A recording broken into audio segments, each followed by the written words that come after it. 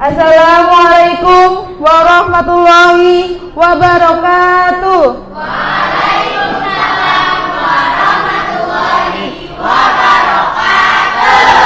Alhamdulillahirabbil alamin wa bihi nasta'in wa ala umuri dunya waddin. Wassalatu wassalamu ala asrafi anbiya'i wal mursalin wa ala alihi wa sahbihi ajma'in. Amma ba'du. Yang saya hormati Ibu Diah Iriani SEMPD selaku wali kelas, dan yang saya hormati Bapak Lutfan Budianto SPD, dan yang saya hormati putraku Pradipa Fatul Zikri selaku ketua acara. Dan tak lupa juga yang saya hormati dan yang saya banggakan teman-teman semuanya. Masya Allah. Oke, tanpa berlama-lama, saya di sini akan menyampaikan ceramah sedikit. Jadi mohon diperhatikan ya, karena sedela tok temenan. Jadikanlah sholat sebagai penolongmu. Ada yang tahu maksudnya?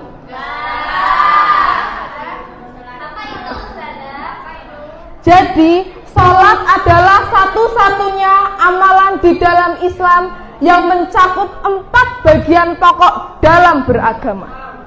Jika kalian mengaku beragama, maka jalankanlah ibadah sholat. Tapi rata-rata kan nggak sholat tapi ngaku-ngaku Islam toh. Nah, sebenarnya maka yang diartikan sholat sebagai penolong. Penolong itu berarti kita berada dalam masalah, boten?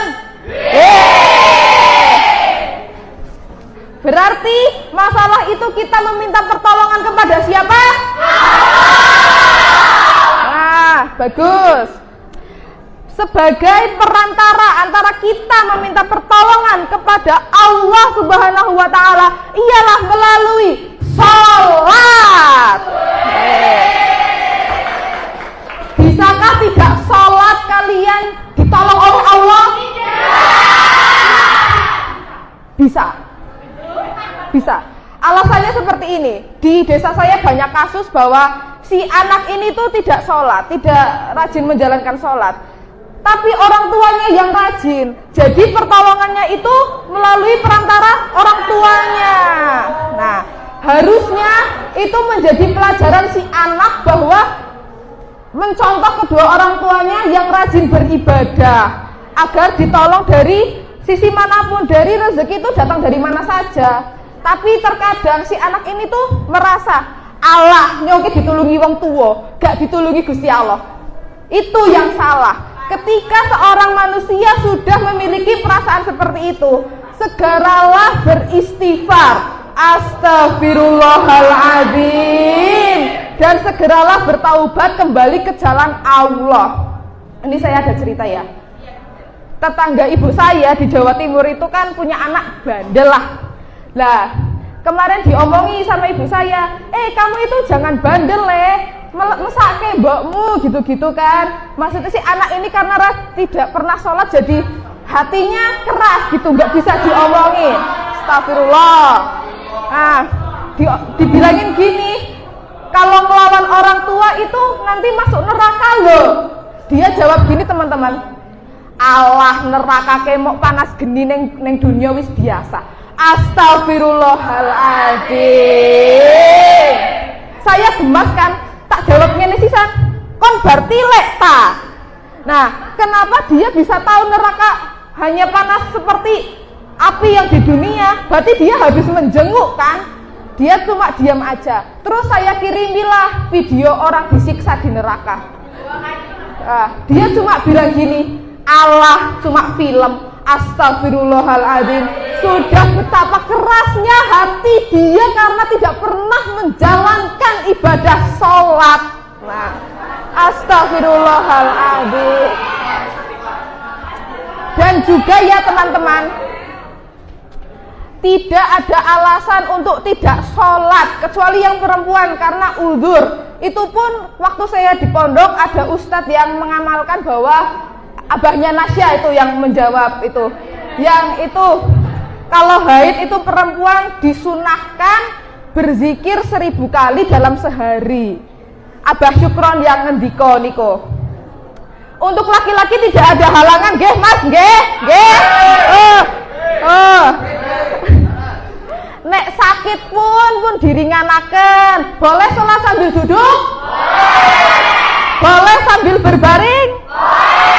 Boleh dibatin? Semua ibadah sudah diringankan oleh Allah. Jadi tidak ada halangan untuk tidak sholat. Tapi jangan masih bisa duduk kok turun, ki jangan ya, tetap sholat sesuai kondisi gitu. Oh ya, dan teman-teman, ini saya sering menjumpai di sekitar saya bahwa orang ini tuh tidak sholat karena takut diuji. Lah, karena ada kan kata-kata yang semakin imannya kuat, semakin Allah menguji, nggih? Nah, dia takut dengan ujian yang lebih berat itu. Padahal manusia itu diibaratkan tumbuhan. Ketika ia disiram dengan rutin sesuai dengan waktunya, maka ia akan subur, tumbuh dengan kokoh, tahan tahan angin lah. Tahan angin. Nah, manusia diibaratkan seperti itu. Semakin disirami imannya dengan sholat, semakin kuat imannya, tidak akan tergoda. Walaupun ketika tergoda pasti ada rem dalam diri kita karena kita rajin beribadah. Nah, dan padahal sudah diterangkan dalam Al-Quran surah Al-Insyirah ayat 6. Bismillahirrahmanirrahim. Fa inna ma'al usri yusra. Sesungguhnya kesulitan pasti ada kemudahan. Tapi manusia masih saja takut dengan cobaan. Padahal di dunia ini tuh sudah berpasang-pasangan. Pasti kalau ada kesulitan tentu ada kemudahan. Gak mungkin dikasih kesusahan terus, nggih? Semua cobaan yang dari Allah harus dihadapi dengan kesabaran dan meminta pertolongan. Contoh saja, orang hewan yang tidak sholat saja ketika ia sabar, ia mendapat pertolongan. Contoh, kucing minta tulang, nang wonge ditendang. Kucingnya kan tidak marah toh, sabar toh. Nah, ketemulah orang yang suka kucing. Nah, disayang-sayang. Itu contoh kecil. Apalagi kita manusia yang sudah diperintahkan untuk bersolat, beribadah, agar dimudahkan segala urusan. Dan lagi, semua urusan duniawi maupun akhirat, sholatlah solusinya. Mau rezeki lancar, sholat duha. Mau bertaubat, sholat taubat. Mau keinginan apapun, sholat hajat. Allah sudah memberikan banyak solusi tentang urusan duniawi maupun akhirat. Jadi kalau kamu meminta pertolongan atau ingin apapun, sholatlah. Ojo malah dek dukun, itu musyrik, dosa. Astagfirullahaladzim. Mboten enten nggih dukun-dukun nggih. Alhamdulillah. Terus ada lagi kasus ini. Saya kok rezekinya seret. Solusinya duit. Doa, usaha, ikhtiar, tawakal. Kok saya sudah menjalankan duit tapi tetap seret rezekinya? Berarti kurang khusyuk. Sudah khusyuk tapi tetap tidak lancar keuangannya. Balik lagi dari niatmu mencari rezeki, dan rezeki itu digunakan untuk apa? Lah nek nggo ngeslot ya padha wae to ya. Astagfirullah.